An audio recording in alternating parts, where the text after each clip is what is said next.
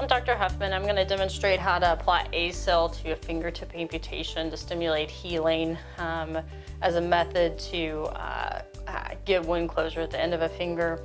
So there's several supplies we're going to use. We're going to use normal saline. Another product that could be used would be sterile water that you can buy in the grocery store. Typically, I'll provide you with the prescription for this. That'll help rinse the wound.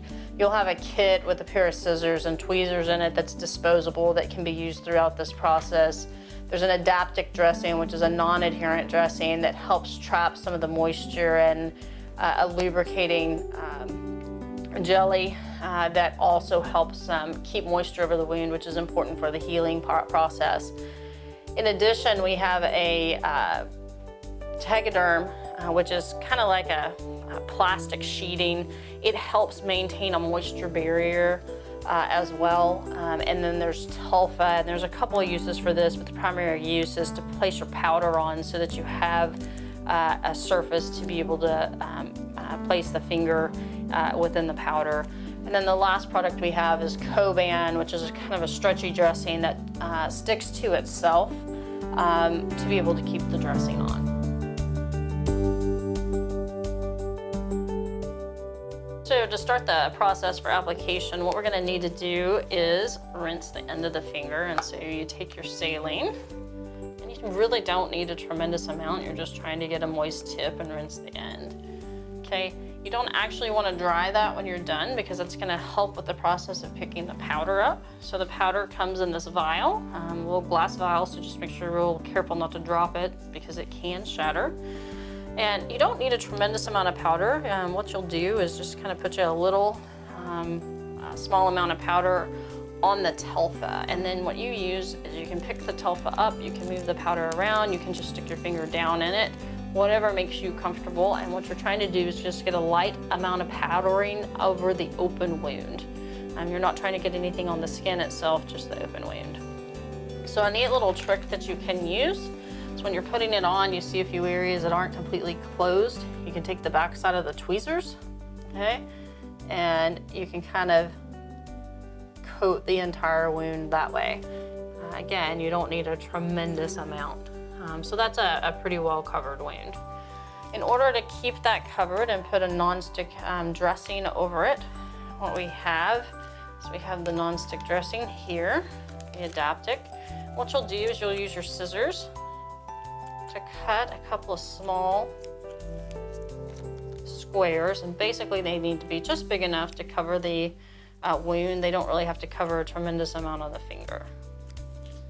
Okay, once you have those, you'll need to put some gel on these squares, and so that's this lubricating gel here. Okay, and you need quite a bit of the gel in order to keep the wound moist, because the stretching is going to stay on for 2 days at a time. A lot of times I'll use the back of the tweezers to rub it in, and then I'll turn them over and get a little bit more gel on the square. Once you're done with that, if you use your tweezers, just pick it up and drape it over the end. Works quite well, and you want 2 layers. So there's your first square, and here's your second square. Again, that's primarily just coating the end of the finger. Okay, when you're done with that, you're going to use your plastic layer to seal in the moisture. Really, all you need to do is just bring it around the end and then squeeze the sides together, because if you try and do much more than that, it'll slide around on you. And then there's an edge here that you peel off. And my gloves are a little slick. There it is.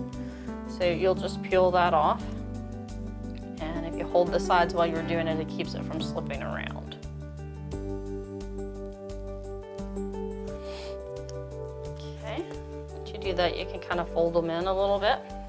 One of the things you can do in order to have a little extra padding is you can cut a small edge off your Telfa once you're completed. Once you've done that, it'll help kind of pad the end a little bit.